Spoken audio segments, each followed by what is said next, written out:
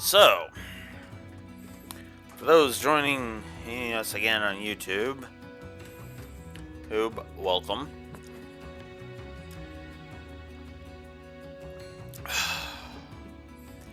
Time for yet another.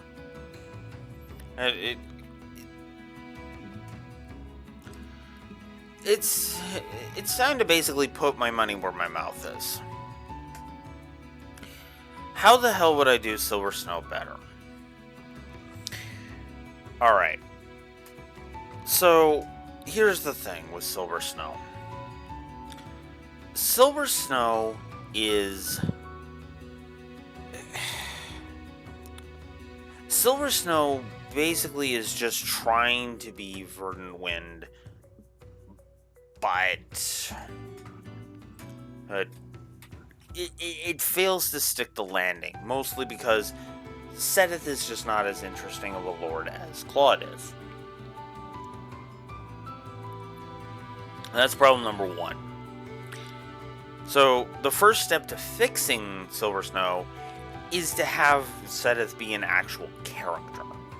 Because he's not. He is just another goddamn Rhea simp for way too long, and there's too many factors that basically stick in my craw for the idea of him just being another Rhea simp. First and foremost, there is no reason for him to be a frickin' Rhea simp, okay? There's none. Period.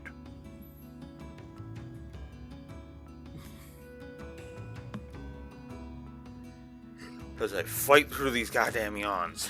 Oy. Here's the problem.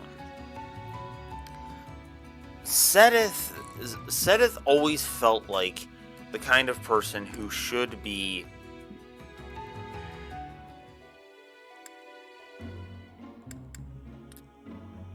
How do I put this?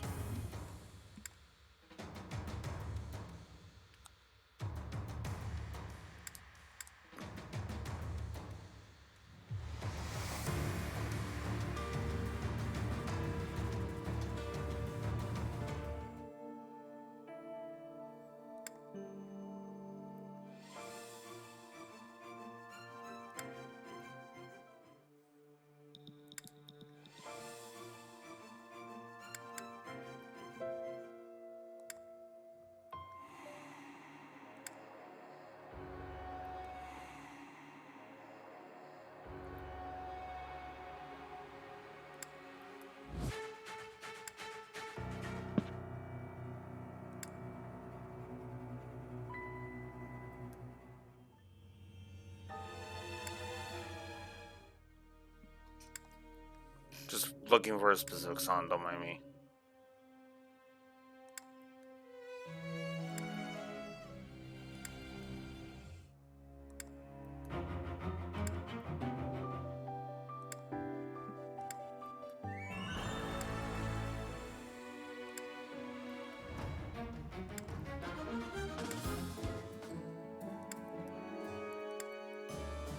Come on.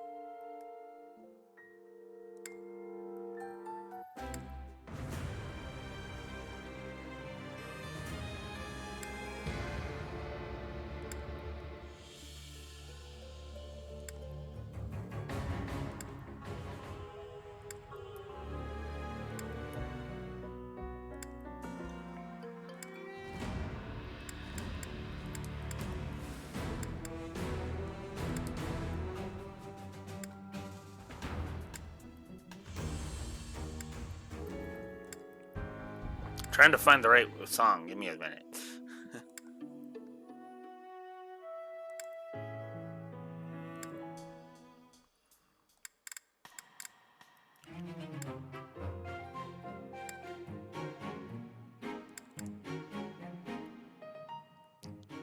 Whoops.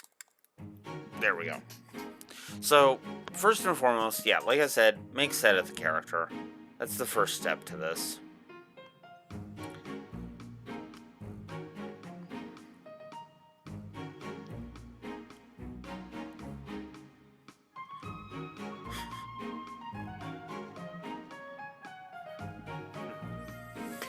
The other thing is let's make Edelgard more prevalent to the plot, because she is completely irrelevant to the plot, which works for Verdant Wind, because the idea is because you still have Grounder Field and you still have and you still have stuff like that. Silver Snow, you don't even get to go to Grounder Field, which is just what? And that to me just doesn't work. Especially considering we could have put an end to all of it and made there be minimal bloodshed, which is just what? Ugh, so, whatever.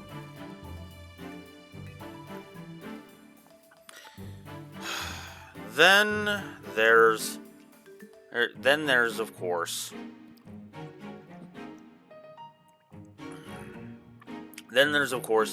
there's the whole thing with the Church of Saros themselves.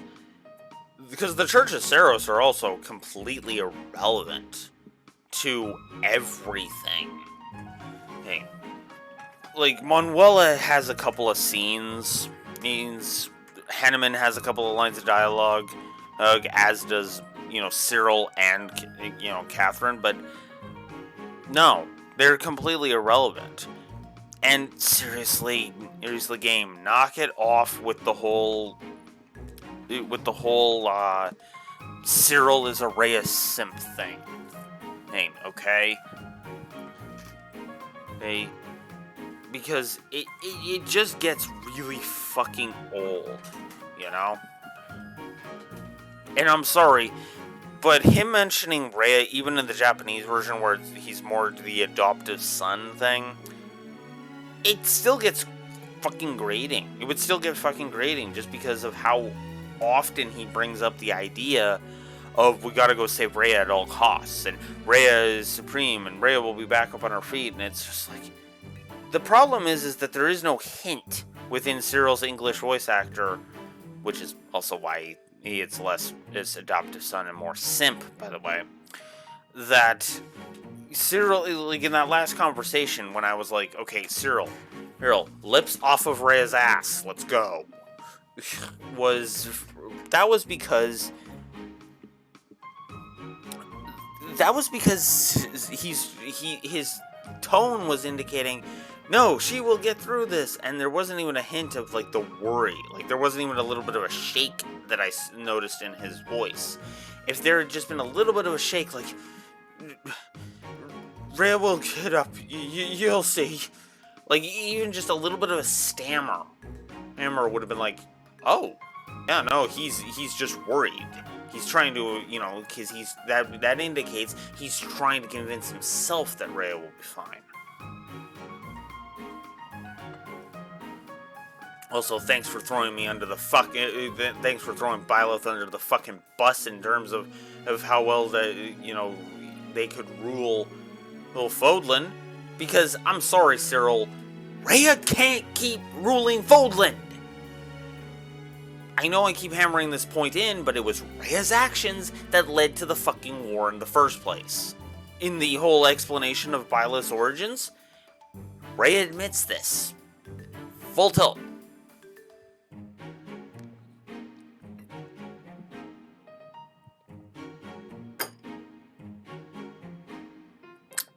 Yeah.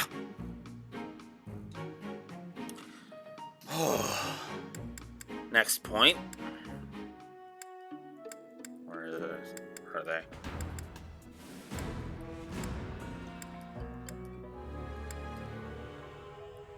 Next point. Those who slither in the dark. Make them more relevant to the story. Because here's the thing. Silver Snow, admittedly, does seem to have this. Silver Snow, Verdant Wind, all of the paths really, except for Crimson Flower, and even then, including Crimson Flower, seem to be under this notion that that Edelgard is pure evil. She's not. The problem, and again, like I said, because Rhea did deceive the people, it led to Edelgard's belief. Like I said, though, that is a half-truth that she has thoroughly embraced. And that's the problem. It's not a matter of whether or not Rhea is evil. The problem is that no one is willing to sit down and discuss this shit.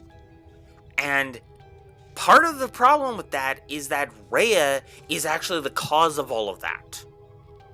Because Rhea is unwilling to sit down and talk with anyone. Even the slightest fucking slight. Like, you sneeze in her fucking direction, she'll execute you.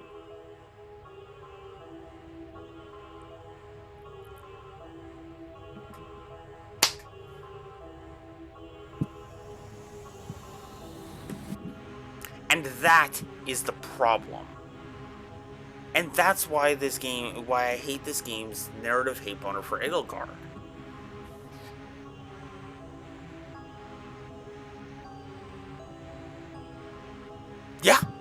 Yeah, exactly. And I'm the exact same way. In my OC setting, they're behind everything.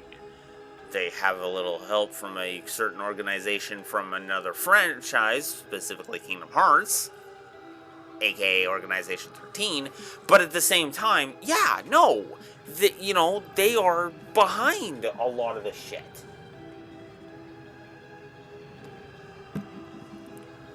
The only thing that they were not behind, in terms of the trying to gain power thing, was how my OC, my self-insert character, got the power of Sothis in the first place. Got the progenitor god Creststone embedded in him. And in me. And the answer is, well, OC mode mom is kind of a evil, tyrannical, power-mad dictator.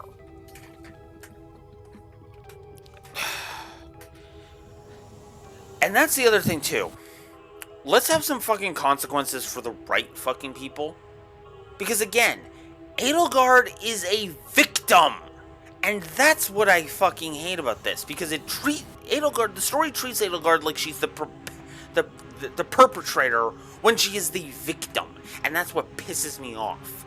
She has been lied to. She has been manipulated. And Silver Snow had the perfect opportunity for us to fix that. But no, we have to keep trying to kill Edelgard for no reason.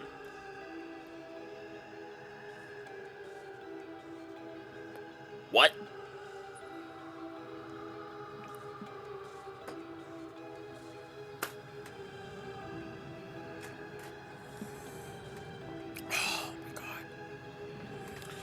So yeah, make Sedith and Flame actual characters. Make this so centered on the Church of Eros.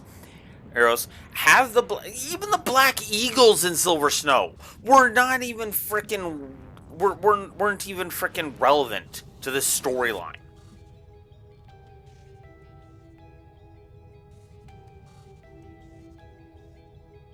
Like, are you fucking kidding me? And that's my problem. The Reunion at Dawn thing, where the Black Eagles show up and help out with driving out the bandits, that to me should have been frickin' Edelgard and Hubert doing that, being there instead of that, right?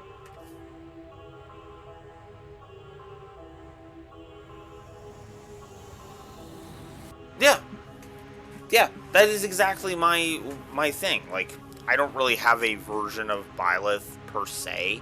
Not really. because, again, self-insert fanfiction, I replace Byleth, blah, blah, blah, blah, blah. Yeah, I know. Oh, but... But no, I literally go to her and I'm just like, no. 80. Edelgard, listen to me. Ray's an idiot. Her crimes do need to be dragged out into the light. But she's not really been manipulating. She's not really been perpetuating it. She is guilty of many crimes. She has deceived the people. And she is, governing her control.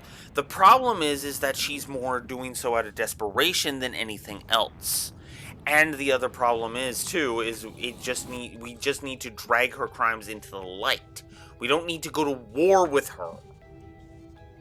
We can change the government. We have to politically push her, not freaking go to all-out war with her.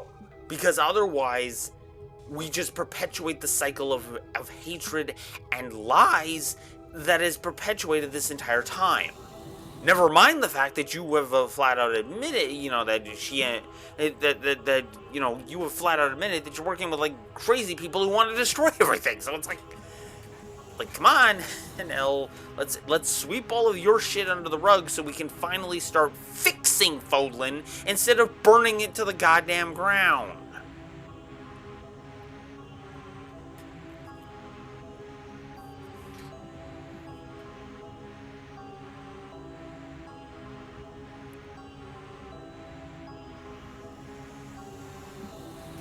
That's actually a cool idea. Have it be where Byleth is aware of all of the routes, and so has to basically like reverse. So effectively, she is able to. Okay, I shouldn't presume gender, but they are able to just divine pulse, and rewind to the beginning of the game, basically. That's a nifty idea. I like that. Mine is more Doctor Strange in Avengers Infinity War, where I'm able to like peer into different time fields.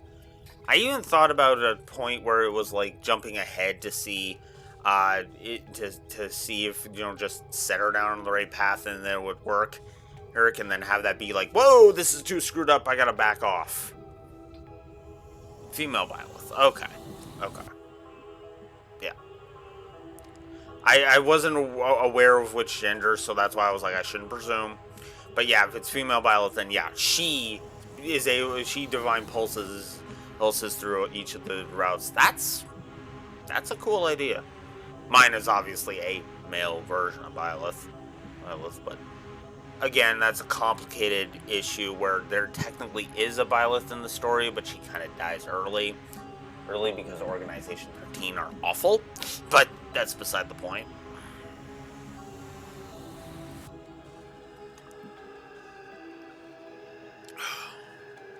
But yeah, no, it's, make the Church of Saros more relevant. Let's drag Rhea's crimes out into the open, finally. Because the only one who ever does that, the only ever one who confronts Rhea and is like, okay, Rhea, look. You've been pulling bullshit from the beginning. Explain yourself. Which is funny because Rhea actually comes to that conclusion too, and that's actually why, spoilers for Verdant Wind, why Rhea sits down and is like, okay, I will explain everything. Because you're right, I have been pulling bullshit the entire goddamn time. Let's sit down and talk. And that's actually why, I take the actions that I do in my OC mode, because what I do is I leave behind the Sword of the Creator because Rhea is kind of obsessed with the Sword of the Creator. And I also plant the idea that I'm going to figure a way to get Sothis out of my head. I know somebody who can do that. I just need to work on it. And I also need to get rid of those who live in the dark first. Which is funny, because if you're familiar with Kingdom Hearts, you probably have a guess as to who that is too. of who I'm referring to that can help me get Sothis out of my head. To separate the souls is what I mean by that. I refer to it as getting Sothis out of my head, but really the idea at that point is to split the souls because the soul merge still happens. Thanks for that one, Zemnis. Anyways. Oh, what else? What other ideas can I have for fixing Silver Snow?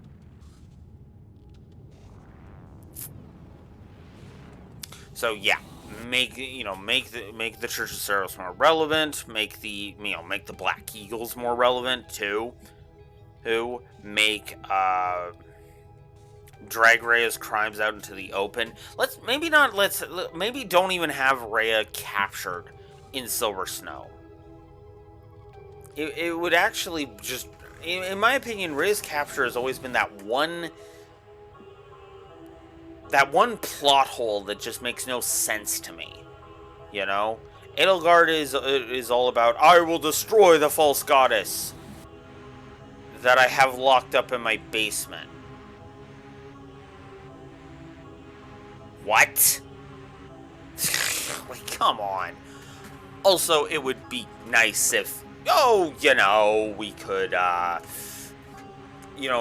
the war against Edelgard only be like 2 or 3 chapters after, so that we can go straight up to Edelgard or just gut punch her and be like, yeah, no, get the hell back over here, 80, let's go. Granted, that would be Dorothea doing that, or Petra, but yeah, no. But no. At the same time, it's like, again, it just feels like gratuitous, let's kill Hubert and Edelgard for the sake of killing Hubert and Edelgard. And I hate it. No. Smack some sense into them and get them on the right path. Because again, there is no reason for her to continue this war. Or it's just a false dichotomy. Now, I get why in Crimson Flower she double, triple, and quadruples down on killing Rhea, because by that point her mind is completely made up and has been made up for over 5 years, so, okay, fine, whatever.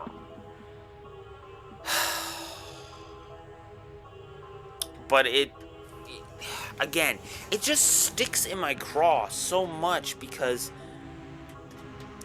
I just don't understand why it had to go like this. And again, and that's why my golden root. Now, what's funny is my golden root, which is basically just my root, basically requires three professors, basically. But that's just so that way. Give me a second here. Oh, there we go. Oh. But that's mostly just because, again, and, there's got to be somebody to keep the other lords in check, because, excuse me, again, if you expose I do honestly feel if evidence was presented to Dimitri before the Flame Emperor reveal, that the Flame Emperor really had nothing to do with any of that. Any of that. Any of the tragedy of Dusker. Maybe he still would have went a little berserk, but he eventually would be able to pull himself back out of that. Especially if he has a goddamn support network. Because, spoilers for Crimson Flower, which we'll get into starting tomorrow, yeah! Dimitri is literally freaking okay. He's perfectly fine. He's perfectly sane until we beat him, but...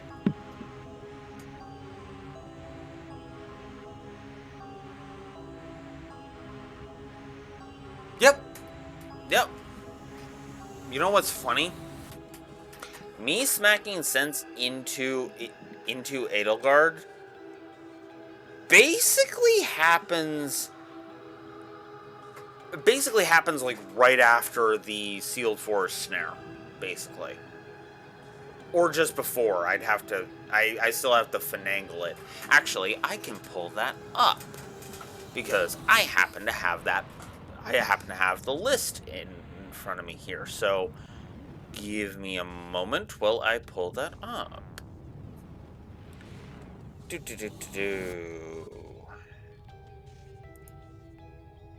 Okay, I gotta scroll all the way down here. Let's see. What do we got? I need to scroll up to here. Yeah, here we go. So let's see. So there's my version of the prologue. There's certain ones I keep relatively the same, such as the Red Canyon, Xanadu, the Xanadu confrontation with the bandits, and it's the Lanato Rebellion, which actually has a different thing happen with that. The Rite of Rebirth, which is where getting the sort of the creator, which is this mostly the same. The Dark Tower is mostly the same. Then I have my own version of Cindered Shadows. Then I have a couple of randos. Then I have the Rumors of a Reaper chapter. Then I get into the Organization 13 thing. And then there's the Battle of the Eagle and Lion.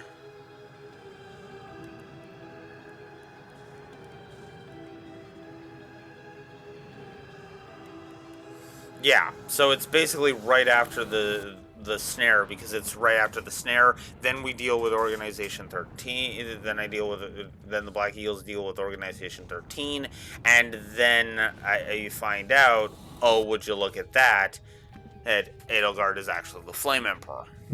Which leads to me confronting her and Hubert and just being like, okay, look, I know you're the Flame Emperor, Edelgard. And they basically look at me like, well, our fate's in your hands now, Professor, because if we kill you, that just exposes us. And so now you get to choose whether or not you just hand us over to Rhea. And I look at them point blank and I say, I'm not handing you over to Rhea, but we are going to convince her. Because first I'm going to convince you to get off this path of, this murder boner path. And then I'm going to convince both her and the other two lords that you're not actually evil.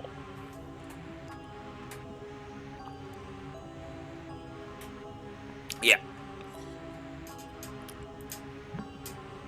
My insert of the Ashen Wolves is actually right after the Dark Tower. It is right after the Dark Tower, which is the Miklon chapter.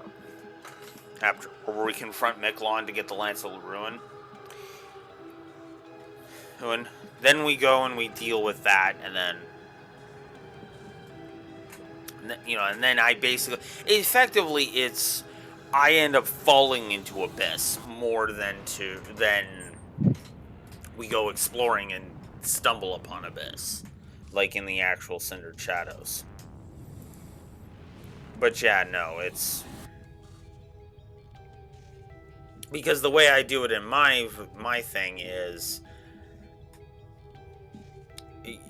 The way I do it in my thing is I confront Edelgard and just basically tell her, okay, look, this needs to stop. Ah. An interesting chapter for yours? Yeah. Mine's effectively a two-part thing, because mine isn't so much designing a game so much as it is writing out an entire story thing.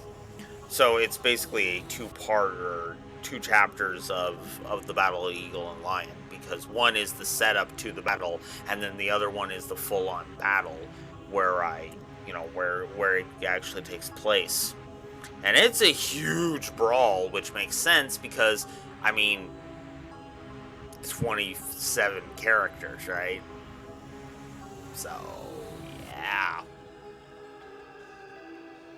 Well, actually, technically 29, because Flayn and a Kingdom Hearts character that joins us. Actually, 33, because the Ashen Wolves are there at that point.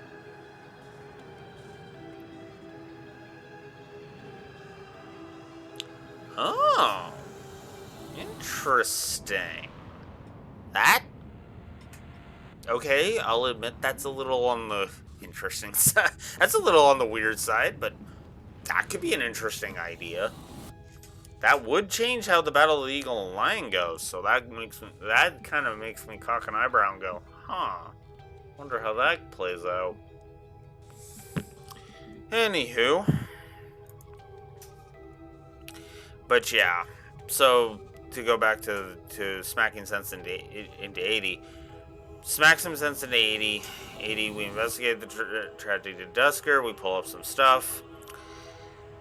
Then I reveal to Dimitri, okay, yeah, Edelgard's the Flame Emperor.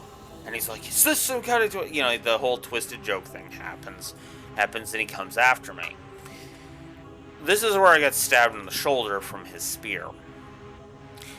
Because effectively it is my way of convincing Dimitri she wasn't at the tragedy of Dusker. She wasn't responsible for that. It was someone else, you know, it was somebody else, and freaking gods. Ugh. And, you know, we need to confront the people who really were the perpetrators of it.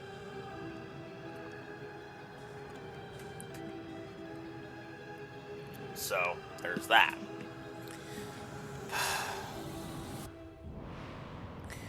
Then the other thing, you know, and so then, you know, we smack some sense, and so then we go and now, of course, the whole idea is we can't get Rhea to find any of this out just yet, and then I undergo the big explanation of all of the stuff that has transpired, not only in Fodlan, but in the entirety of my storyline up to that point. Because, you know, all of the machinations, you know, the previous war that leads to the reason why I don't want this war to perpetuate.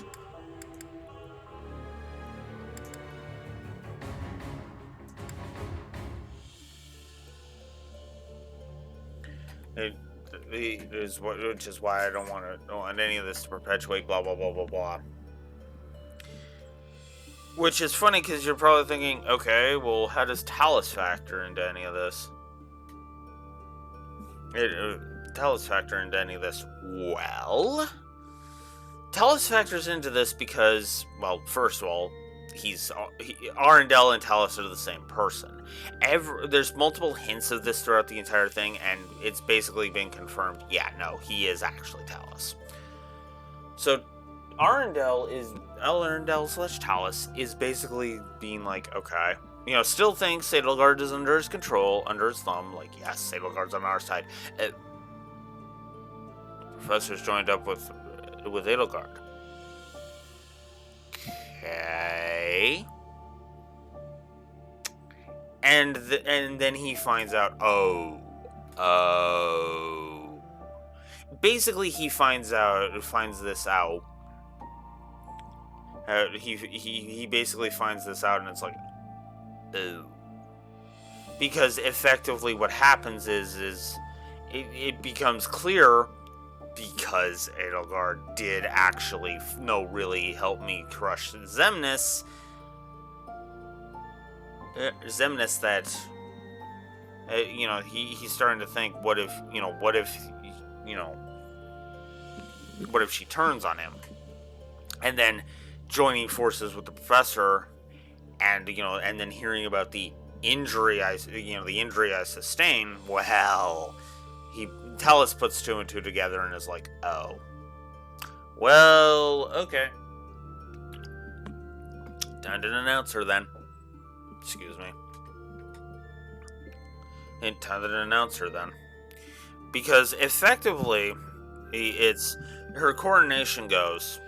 Then I confront her, and then we do that.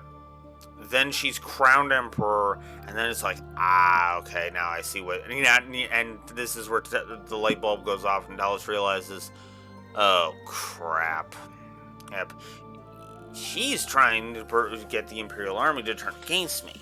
She's going to turn against me now, and so Talus starts to try and discredit Edelgard, and that's why, and I see this coming, obviously, and thus the Adrestian Civil War begins, because there are those who agree with Talus that, okay, yeah, Edelgard kind of took the throne a little too easily and quickly and kind of in the wrong way, so to speak. And then there's those that are like, who see Arendelle's bullshit for what it is, a power grab. Therefore, the Adrestian Civil War, then begins, which is my version of my war phase, is which leads to similar things as in Crimson Flower, the Black Eagle Strike Force, which is funny because I actually put 2 of the paralogs in there, specifically Black Market Scheme and the Cursed Relic. And then there's a chapter dealing with Happy and her size. Then there's a chapter focusing on Constance. This is all part of what I'm entitling the Adrestian Civil War arc, by the way. So then there's the Flames of War, or the Curse of the Artificial Crest, and to Revitalize the Dream, which is basically all just trying to, some side chapters basically, where we try to deal with different elements, specifically the result of the experiments on Edelgard and Lysithea, and of course trying to deal with Happy's curse, get Happy's curse dealt with, and get some restoration to the Nouvelle name. It doesn't get fully restored until after, but it does still end up getting restored, so there's that. Then here's the interesting thing. Because of the way that I perpetuated the events that lead into this, Rhea calls for a summit.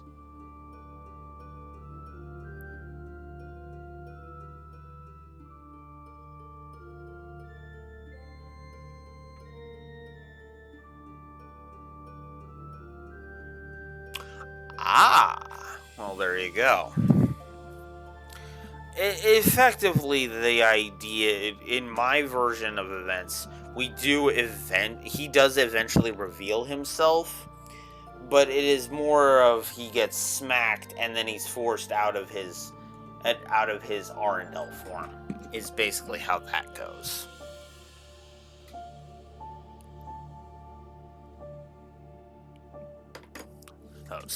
It's basically because effectively, and I do still have to plan it out because I kind of came up with this later. That's actually probably going to be where Verge of Defeat is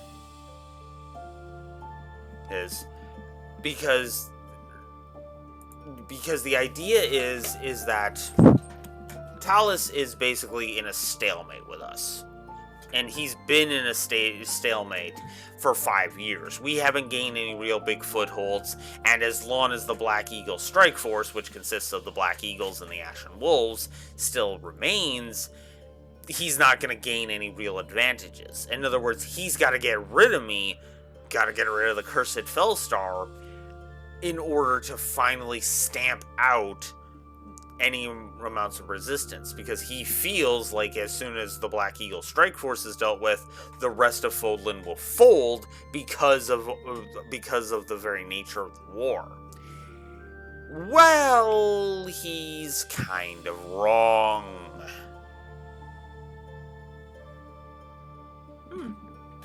Fair enough, dragging Nemesis in. Did I have Nemesis in there?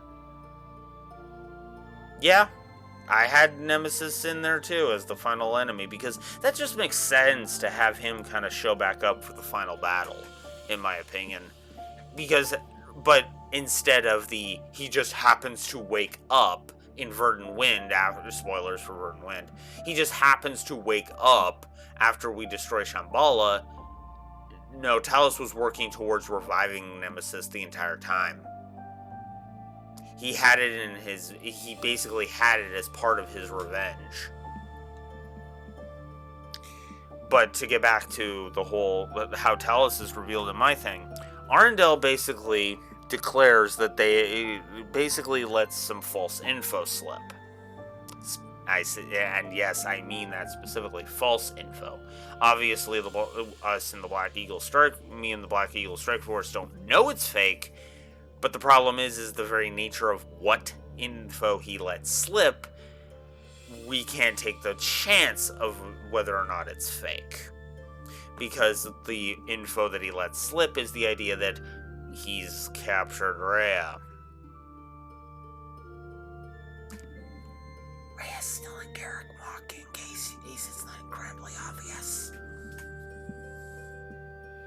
So, effectively, we're like, well, we can't exactly we can't exactly take that risk, so let's go. Turns out it's a trap, and well, let's just say the reader is going to be privy to some information, because between the Adrestian Civil War and Verge of Defeat, which is where that info comes to light, well, there's kind of 1, 2, 3, 4, 5, 6, 7, 8, 9, 10, 13, 14, 15, 16, 17, 18, 19, 17, 16. There's 14 chapters in between the Adrestian Civil War arc and that. So, yeah. Now you're probably thinking, whoa, that's quite a bit.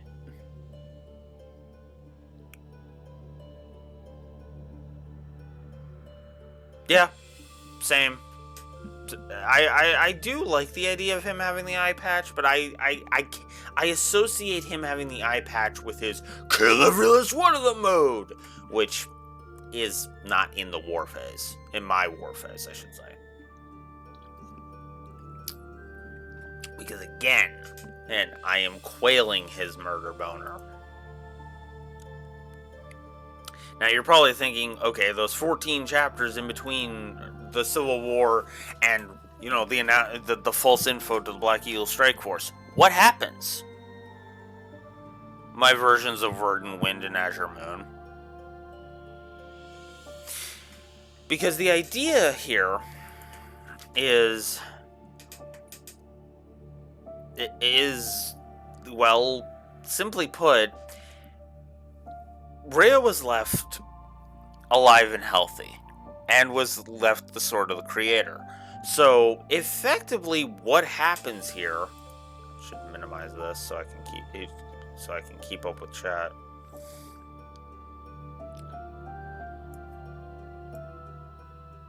Alright.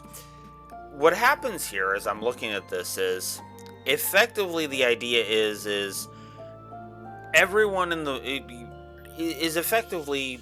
Claude is just kind of sitting there, and he's just looking at this like, okay, look, this has been going on for like 5 months now, and, you know, and effectively he's been trying to make motions to fix this whole situation.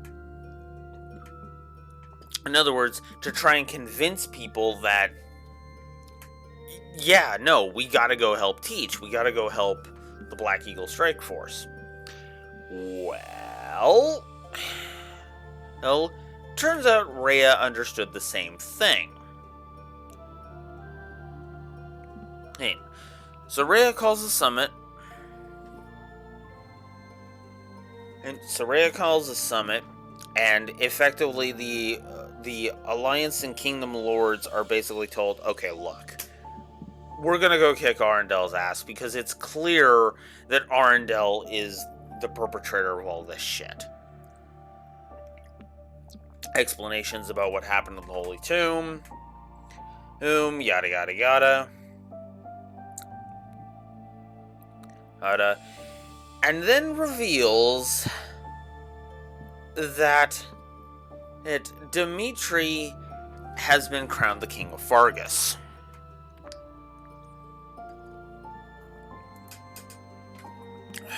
So, Dmitri has been crowned the king of Fargus, and he has both of his eyes, as we established. And basically the idea is so now as King Dmitri, he can put his foot down and tell the kingdom, yeah, we're gonna go kick Arendel's ass. Yes. No ifs, ands, or buts, let's go. And they more or less fall in line with that. Now, of course, obviously he has to, first of all, take back sections of his home that Cornelia has basically done, because Cornelia basically tries to usurp Dmitri and basically screw him over. But that doesn't end up happening because, well, yeah, no. The Blue Lions have his back, and, well, I mentioned that Kingdom Hearts was a thing. Do I have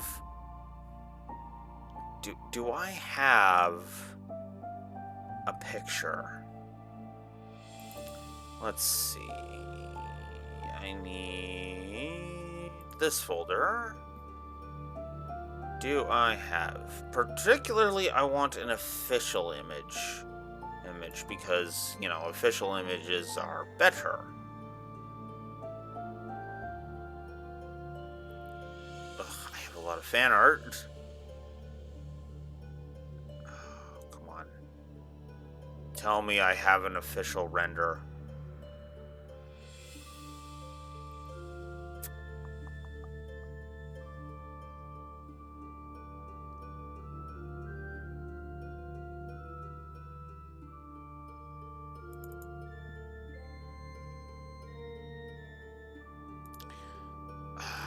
I do not. But I don't know any of the artists.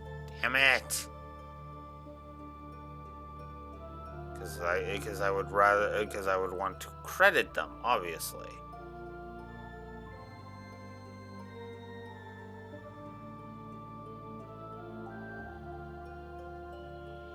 Sorry, give me a minute. This is taking me a minute because there's a lot here.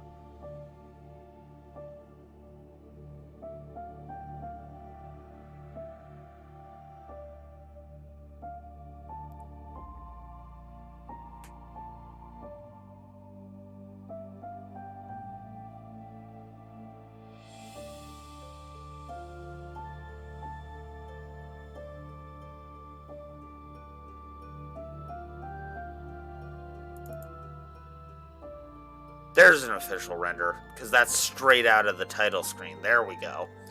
Perfect. So, I mentioned Kingdom Hearts, right? Well, you want to know why Cornelius basically loses? Well, that is because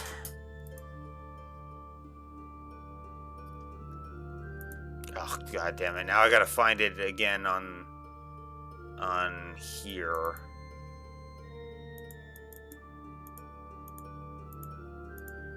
Okay. So now that I've established that I have it, I just gotta figure out where on the list it is.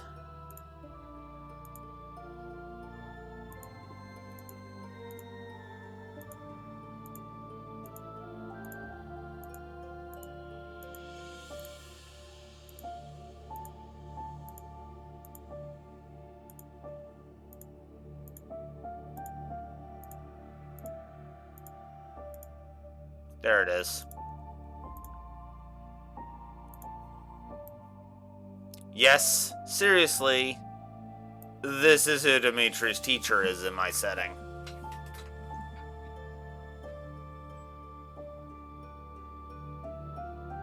Yeah.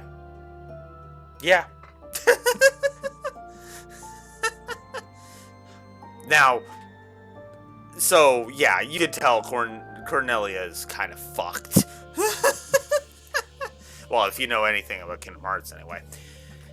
But yeah, no, it's... that is basically the reason. So, so they go off. They deal with that.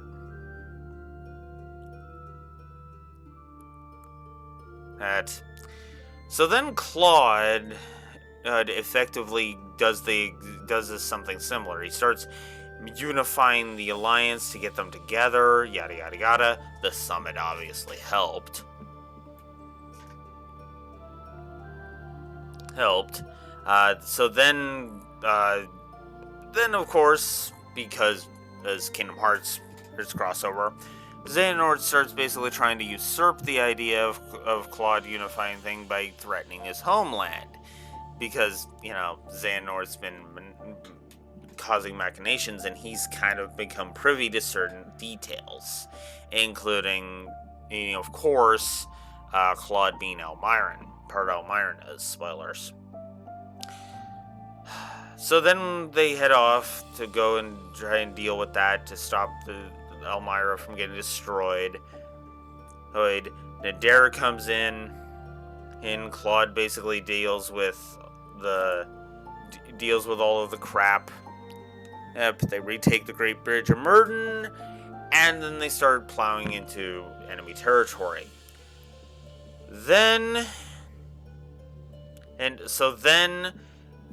And they come and try and help us. They charge in, they help us, yada yada yada. Talus is exposed, Arundel is exposed as Talus, and of course, there's effectively screws us over by effectively manipulating the Death Knight, right? And thus, unfortunately, the Yuritsa falls. And then we end up trying to deal with Talus. We learn more about the Agarthans and all that. And then we head into we head into Shambhala and deal with that. And we finally bring an end to Talus and topple Shambhala. Unfortunately, Talus's machinations wake up Nemesis. And thus, Nemesis effectively needs to be toppled as the final battle. So, there's that.